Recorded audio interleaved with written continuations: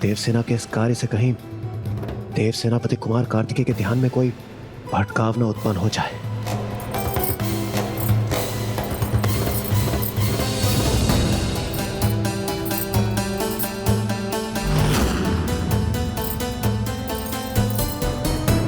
गणेश जी, ये देवसेना की पायल की ध्वनि तो बढ़ती ही जा रही है।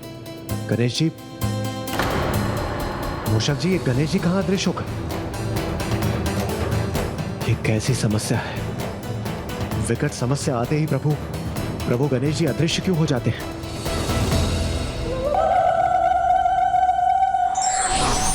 प्रणाम मां चामुंडा काली। प्रभु मेरी रक्षा के लिए इनका सामना करने के स्थान पर इन्हें प्रणाम कर रहे हैं।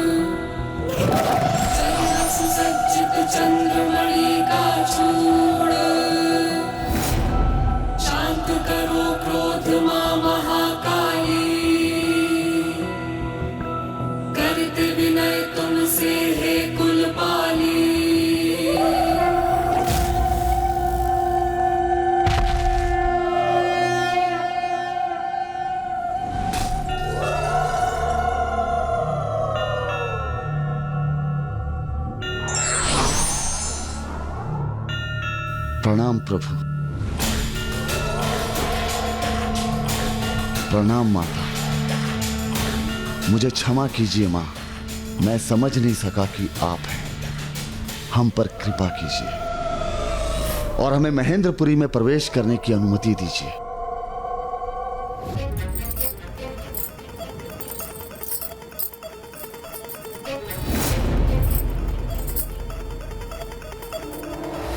पुत्री देवसेना जो भी कार्य कर रही है, उससे उत्पन्न होने वाली ध्वनि देव सेनापति कुमार कार्तिकेय के कानों तक पहुंचकर उन्हें बाधित न कर दे।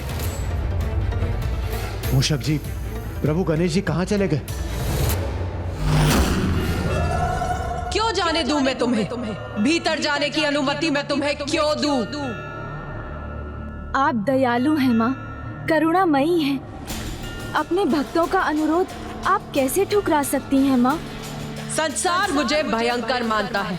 मेरे विकराल रूप को देखकर सभी भय से कंपित हो जाते हैं और तुम मुझे करुणामयी, दयालु पुकार रहे हो। संसार आपको देखने में दोष करता है क्योंकि वो आपके काली तत्व से अनभिज्ञ है। तो क्या तुम्हें है परिचय मेरे तत्व का? उचित है। तो यदि तुम मेरे काली तत्व का उचित वर्णन सफलता पूर्वक करोगे तो मैं तुम्हें भीतर जाने की अनुमति दूंगी। किंतु यदि तुम इसमें असफल हुए तो तुम्हें अभी यहाँ से लौटना होगा। मैं कदापि नहीं लौट सकता, इसलिए इस अवस्था को स्वीकार नहीं कर सकता। मुझे स्वीकार है माँ।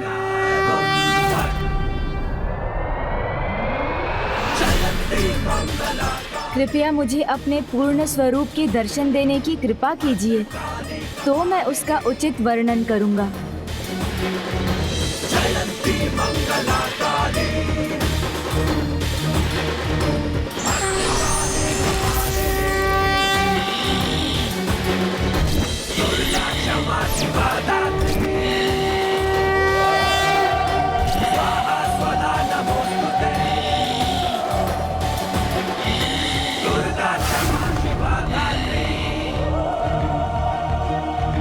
स्वाहा स्वधा नमोस्तुते।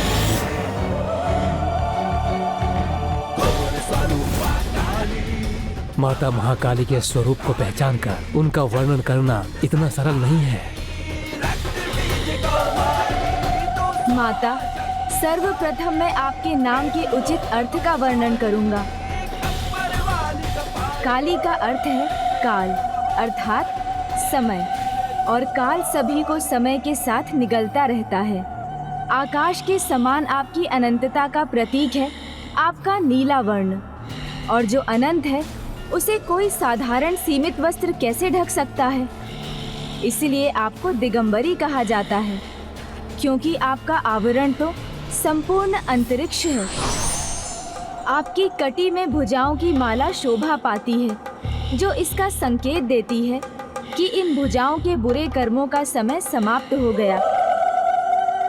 आपके गले में शोभायमान मुंडों की माला ये बताती है कि आपने उनके बुरे विचारों पर नियंत्रण कर लिया है, और मृत्यु उपरांत उनकी आत्मा आप में समाहित हो जाती है।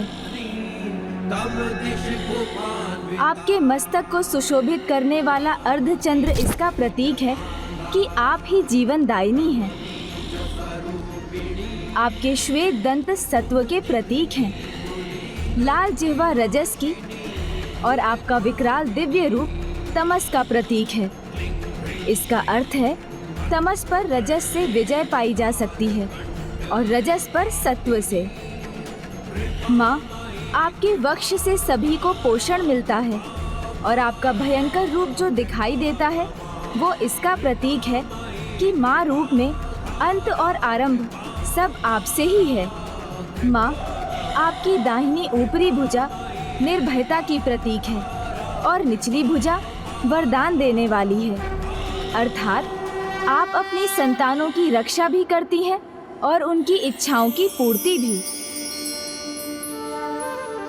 माँ, आपकी बाईं ऊपरी भुजा में आपका खड्ग अज्ञानता को नष्ट करता है, और आपकी बाईं निचली भुजा में मुंड अज्ञानी अधर्मी को दंडित कर उस शीश में रहने वाले अहंकार, अज्ञानता और अधर्म के विनाश का प्रतीक है। किंतु सर्वाधिक महत्वपूर्ण है प्रभु महादेव का आपके चरणों तले होना, अर्थात शिव और शक्ति का सदैव साथ रहना ब्रह्मांड में संतुलन स्थापित करता है। शिव परम पावन सर्वोच्च चेतना स्वरूप हैं, तो आप माँ काली ब्रह्मांड की सर्वोच्च ऊर्जा हैं। शिव और शक्ति के अद्भुत दिव्य संयोग के बिना कोई सृजन संभव नहीं, अर्थात शक्ति के बिना शिव प्रकट नहीं हो सकते, और शिव की चेतना के बिना काली गतिमान नहीं हो सकती। और माँ, जब आपका बायां चरण आगे होता है तो आप दंडित करने वाली वाम काली होती हैं, और जब आपका दाहिना चरण आगे होता है तो आप दक्षिणा काली होती हैं, जो वरदानी है।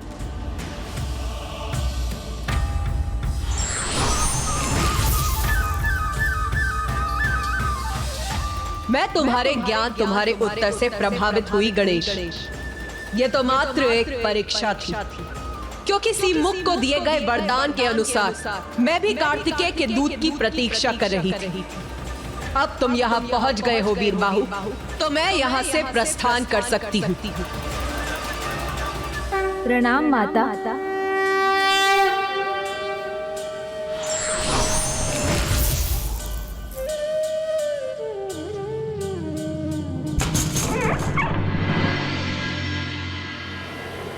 चलिए वीरबाहु जी।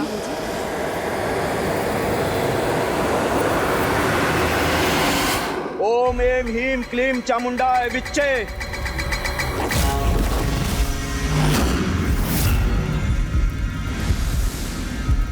ये कैसा शुभ संकेत? देवी की प्रतिमा से तेज क्यों जा रहा है? यहाँ सभी दीपक क्यों बुझ गए? ये अंधकार क्यों छा रहा है यहाँ?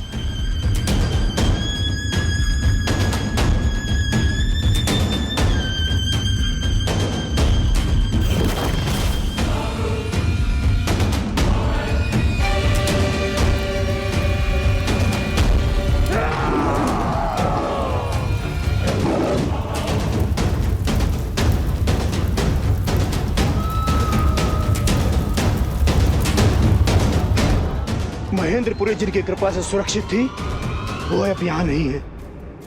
देवी चामुंडा यहाँ से प्रस्थान कर गई। किंतु कोई बात नहीं, यदि कोई यहाँ से भीतर प्रवेश कर भी गया तो उसे बाहर नहीं जाने दूंगा मैं। उसे यही प्राण त्यागने पर विवश कर दूंगा मैं। किंतु मुझे ये सब माता को बताना पड़ेगा। आज माँ और ज्येष्ठ से इतना स्नेह पाकर मैं अति आनंदित हूँ। आनंदित तो अब हम होंगे जब तुम हमारा कार्य पूर्ण करोगी, उस जयंत को हमारे सामने झुकने पर विवश कर दोगी और तुम्हें ये ज्ञात भी न होगा।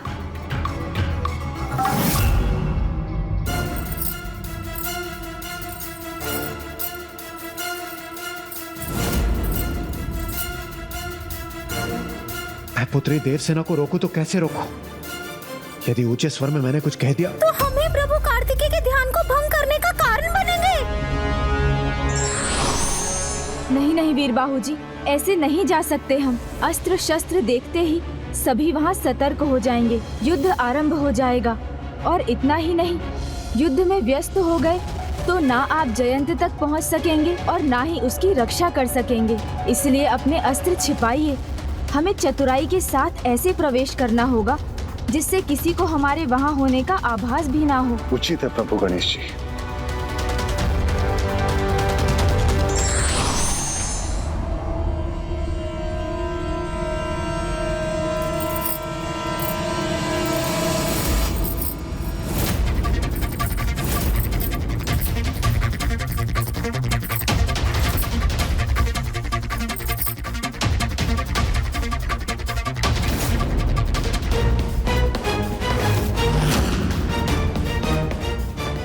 बस अब मेरा कार्य संपन्न होने ही वाला है।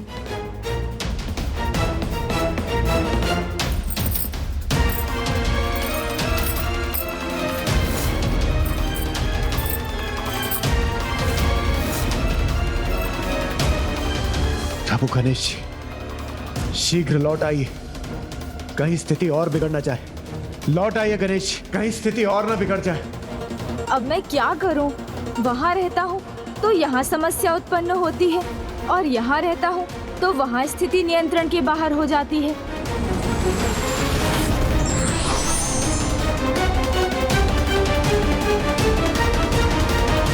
विघ्नहर्ता गणेश जी, शीघ्र लौट आइए शीघ्र।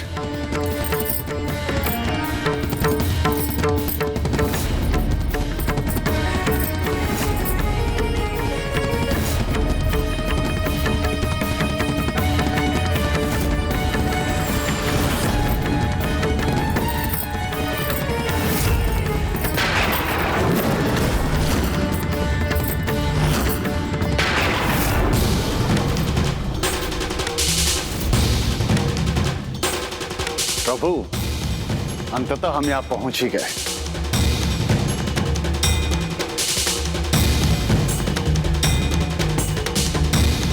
कहाँ चले गए प्रभु? ओम सुब्रमण्यम कार्तिकेय स्वामी, ओम सुब्रमण्यम कार्तिकेय स्वामी।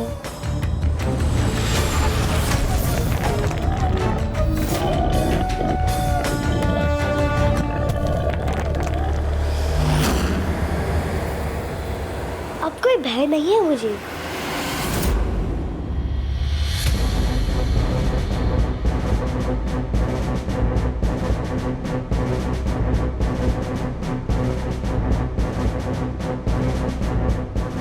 प्रथम पूज्य के मार्गदर्शन में द्वार तक तो पहुंच गया। अब मुझे स्वयं आगे बढ़ना है, किंतु उनका सुझाव मानकर बिना किसी का ध्यान अपनी ओर आकृष्ट किए बिना ही जाना होगा मुझे। और उसके लिए एक ऐसे स्थान पर पहुंचना होगा मुझे जहां से मैं समूची महेंद्रपुरी को देख सकूं और सबसे सुरक्षित मार्ग ढूंढ सकूं।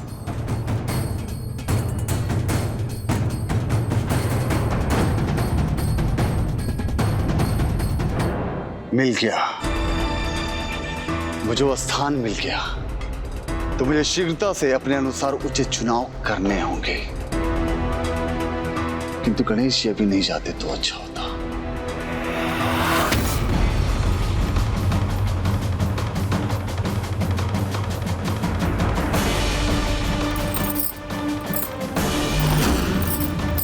भ्राता तो बहुत क्रोधित हैं।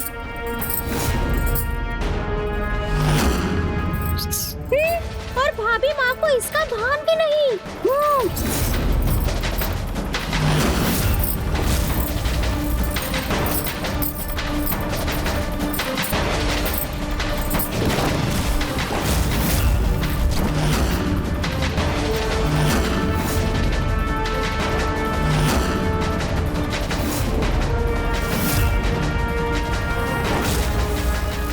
मेरी पायल की ध्वनि प्रभु का ध्यान भंग कर रही थी और मुझे इसका आभास भी नहीं था कि क्या हो गया मुझसे। नहीं, कोई अनिष्ट नहीं होना चाहिए। भ्राता के क्रोध के कारण भाभी माँ का कोई अहित हुआ तो अनर्थ हो जाएगा।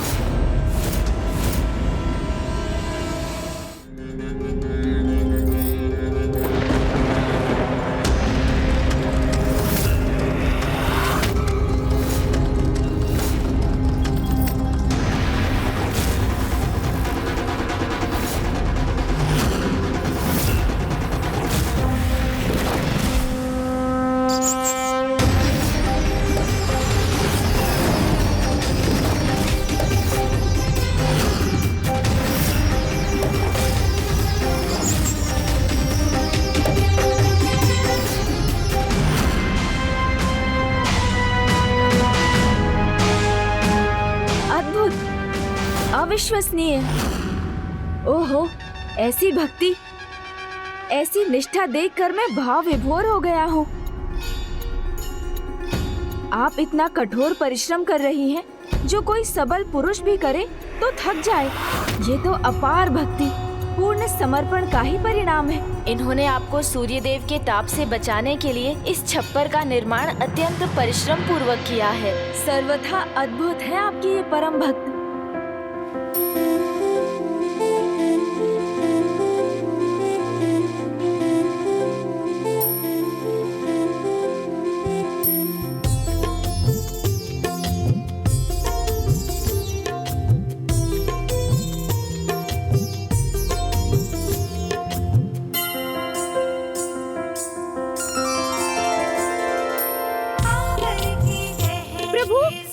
महान है, आपने पुनः रक्षा कर ली। सत्य, सर्वथा सत्य।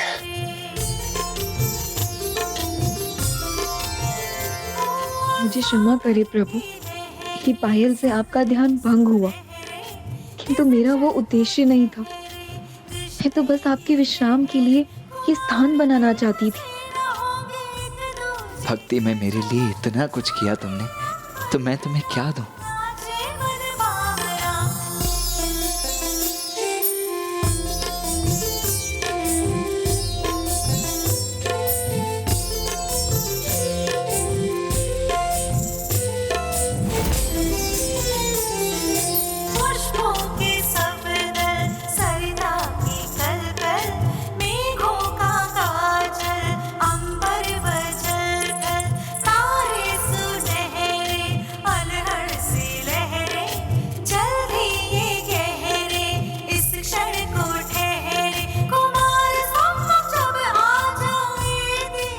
ये मेरे कारण इतनी आहत हो गई और मैं इसे ही अपनी क्रोधाग्नि से भस्म करने जा रहा था।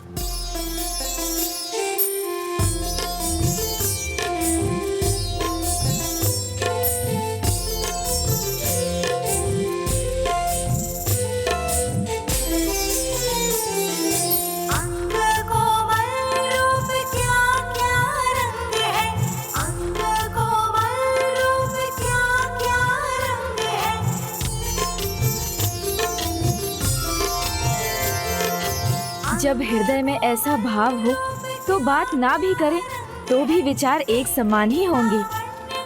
इनके विचारों से ऐसा लग रहा है कि दोनों के मध्य वार्तालाप ही हो रहा है। अच्छा है, यहाँ अब स्थिति नियंत्रण में है और भ्राता की संध्या आरती का समय भी हो चुका है।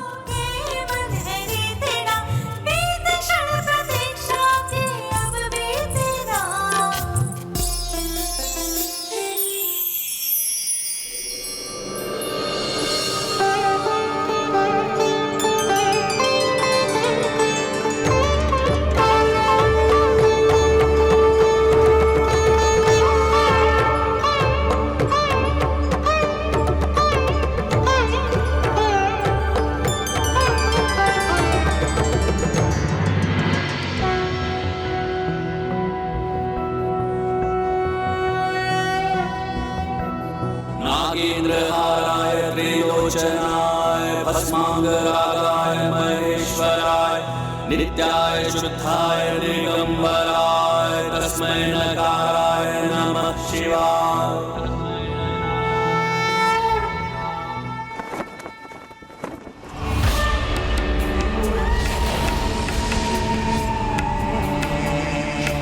जाओ, जाकर जला दो सारे दीपक।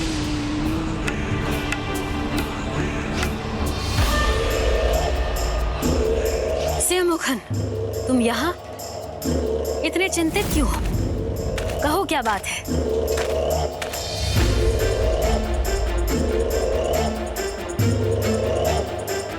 माता, माता, हमारी नगरी महेंद्रपुरी देवी चामुंडा काली द्वारा रक्षित नहीं रही। मुझे वरदान देते समय उन्होंने कहा था, तुम्हारी इच्छा स्वीकार करती हूँ। मैं वरदान देती हूँ, मैं महेंद्रपुरी की रक्षा करूंगी। कि तू जब महेंद्रपुरी के भविष्य को एक नवीन दिशा देने वाला एक दूत, उसका एक सच्चा भक्त यहाँ पहुँचेगा, मैं उसी दिन तुम्हारी नगरी छोड़कर चली जाऊंगी।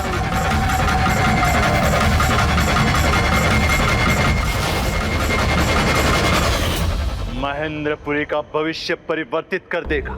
कौन है वो? मेरी नगरी है ये। इसका भूत, वर्तमान, भविष्य सब मेरे अधीन है। और मेरे पुत्रों के सिवाय ना इस पर किसी का अधिकार था और ना ही होगा। माया सुरासई की महेंद्रपुरी किसी देवी के भरोसे नहीं। चली गई तो उसे जाने दो। विश्वास रखो, अभी तुम्हारी माँ सुरासई जीवित है और वो अपने साम्राज्य को सुरक्षित रखना भली भांति जानती है। हाँ माँ, उसमें भला क्या संदेह, किंतु हमें सावधान होना होगा। इसलिए मैं अभी जाकर महेंद्रपुरी के कोने कोने को छनवा देता हूँ। यदि सच में किसी ने प्रवेश किया है तो वो आपके सामने होगा। नहीं सुरापद्मन, तुम असुर सम्राट हो, महेंद्रपुरी के प्रभु हो। ऐसी तुच्छ कार्य तुम्हें शोभा नहीं देते। जाओ अपने पुत्र सुद्धमुखन को आदेश दो। वो ये कार्य करने में पूर्ण रूप से सक्षम है। महेंद्रपुरी का कोई भी कोना उसकी दृष्टि से नहीं छुपा। जाओ उसे आदेश दो कि वो शीघ्र ये कार्य संपन्न करे।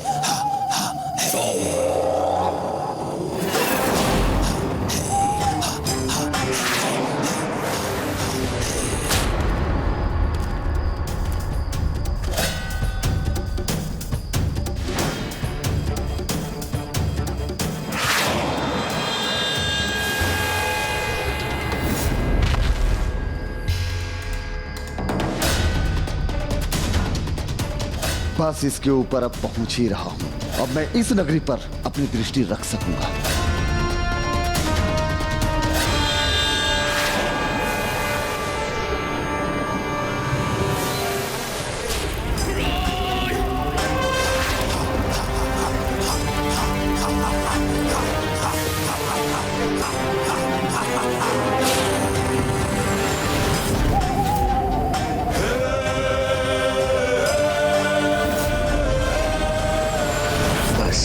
अब एक क्षण में इनकी दिशा पलट जाएगी।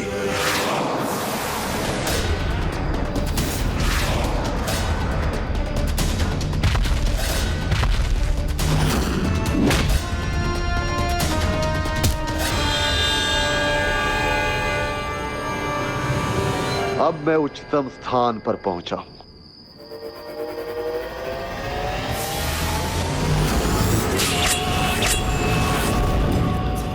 अब ये दोनों शूल मेरे नियंत्रण में हैं।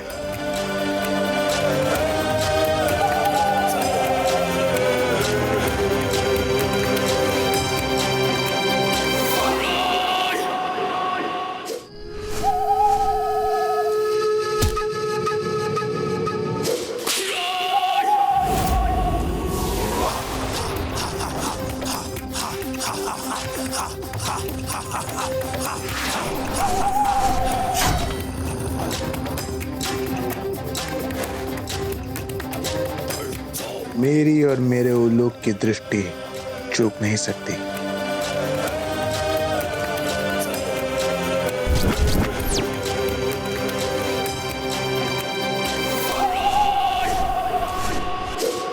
अद्भुत। महेंद्रपुरी की योद्धाओं में क्षमता भी है और योग्यता भी, किंतु गणेश जी के आदेश के अनुसार सर्वप्रथम मुझे गुप्त रूप से महेंद्रपुरी में प्रवेश करने का उपाय ढूंढना चाहिए।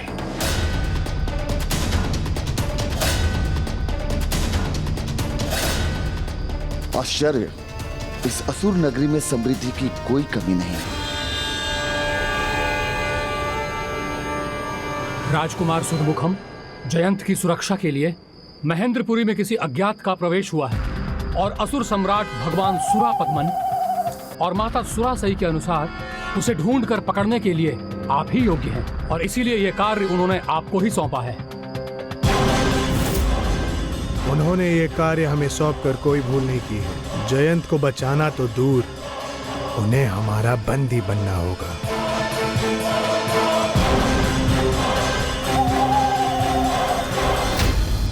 ओम सुब्रमण्यम कार्तिकेय स्वामी। ओम सुब्रमण्यम कार्तिकेय स्वामी नमः।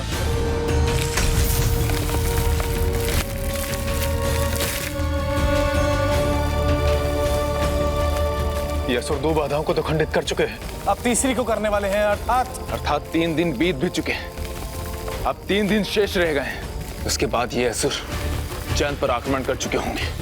नहीं, उससे पूर्व ही कुमार कार्तिकेय के दूत अथवा स्वयं कुमार कार्तिकेय यहाँ आकर जयंत की रक्षा कर लेंगे। किंतु इस स्थान का ज्ञान तो किसी को भी नहीं, तो फिर प्रभु कार्तिकेय उनके दूत यहाँ पहुंचेंगे कैसे?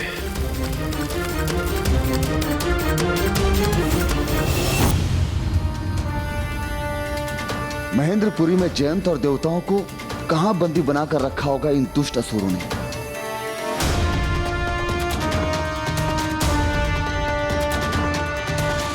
अचंभित हूं मैं इस नगरी का धन धान्य देखकर, किंतु जो धन अधर्म से पाया जाता है वो उतनी ही शीघ्र खो भी तो जाता है।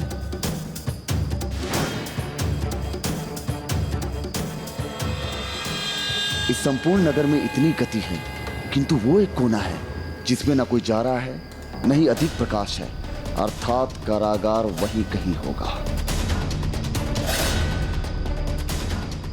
और वह संकीर्ण मार्ग खाली लग रहा है, एक भी रक्षक नहीं है वहां, तो वहीं से जाना उचित होगा। देखा गणेश जी, आपके बिना भी मैंने भीतर जाने का मार्ग ढूंढ ही लिया।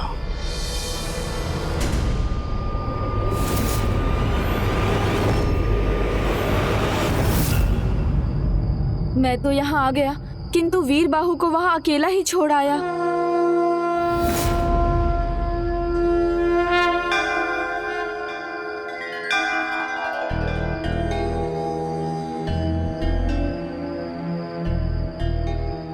दोनों मौन व्रत में हैं, अपनी पूजा के प्रति समर्पित हैं, इसलिए यहाँ से कहीं अधिक मेरी आवश्यकता अब महेंद्रपुरी में है। वीरबाहु से कोई भूल हो जाए उसके पहले ही मुझे वहाँ पहुँच जाना चाहिए, क्योंकि वहाँ तो आज पग पग पर संकट होगा।